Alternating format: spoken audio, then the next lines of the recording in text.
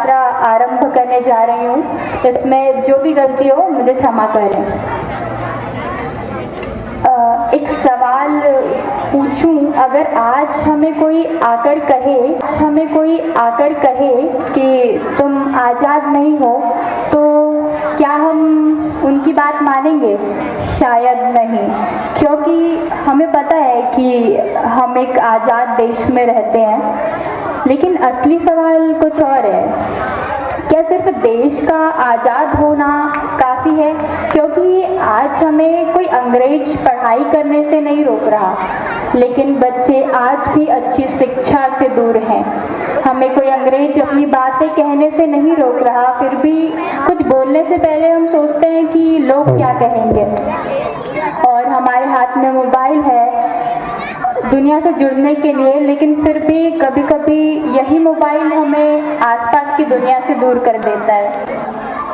तो शायद आज़ादी की अगली लड़ाई अंग्रेजों से नहीं है, वह है अज्ञानता से, भेदभाव से, झूठी खबरों से और उस सोच से जो हमें आगे बढ़ने से रोकती है।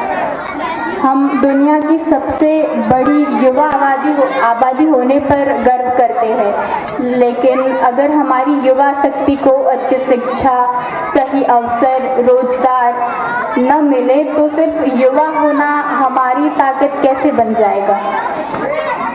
मैं एक विद्यार्थी हूँ, मेरे पास देश बदलने की कोई बड़ी ताकत नहीं है, लेकिन मेरे पास सवाल पूछने की आज़ादी है, मेरे पास सीखने की आज़ादी है, गलत को गलत कहने की जिम्मेदारी है। और शायद हर नई पीढ़ी को यही करना चाहिए, अपने देश से प्यार भी करना चाहिए और उससे सवाल भी करना चाहिए, क्योंकि जो देश अपने युवाओं, अपने बच्चों को सवाल पूछना सिखाता है, वही इतिहास लिखता है। आज पता है, किसी भी देश की असली सफलता केवल उसकी ऊंची इमारतों से नहीं होती या उसकी बड़ी अर्थव्यवस्था से नहीं होती, उसकी असली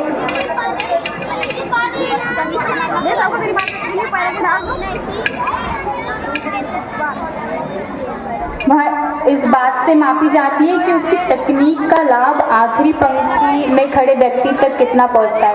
इसका अर्थ यह है कि कोई भी तकनीक या कोई नीति या कोई कानून केवल शहरों तक सीमित ना हो, वो गांव के हर छोटे घर तक पहुंचे। और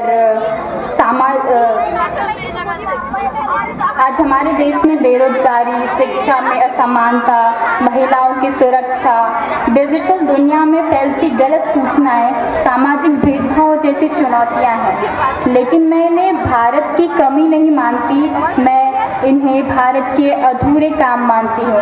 और अधूरे काम शिकायत करने के लिए नहीं होते, उन्हें पूरा करने के लिए होते।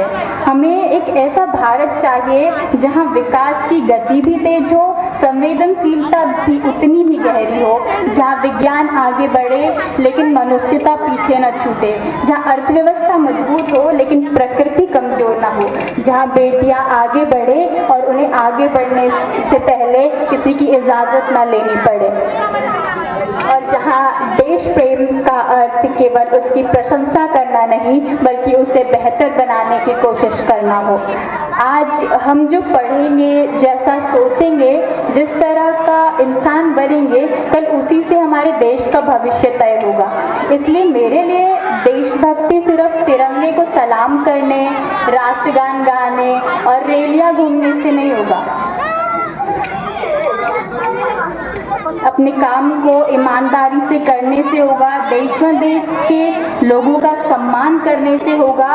और जब देश के सामने कोई समस्या हो तो यह पूछने में कि इसे कौन ठीक करेगा के बजाय मैं इसमें क्या योगदान दे सकती हूँ, ये सोचने में होगी। मुझे किसी ने बोला कि तुम हर बार भाषण क्यों देती हो, तो मैं उसका भी जवाब देना चाहती हूँ कि मैं हर बार यहाँ सिर्फ बोलने नहीं आती, मैं आती हूँ अपनी खुद को थोड़ा और बेहतर बनाने। हर बार मंच पर खड़े होकर मैं अपने आत्मविश्वास, अपने बोलने की क्षमता को और बेहतर बनाती हूँ और प्रयास करती हूँ कि हर बार कुछ नया बताकर जाऊँ। क्योंकि यदि भारत के भविष्य में हमें अपना योगदान देना है तो सबसे पहले खुद से शुरुआत करनी होगी, और ये मेरी छोटी सी उस दिशा में एक कदम है। अगर आप सभी को मेरा भाषण अच्छा लगा हो तो थैंक यू सो मच।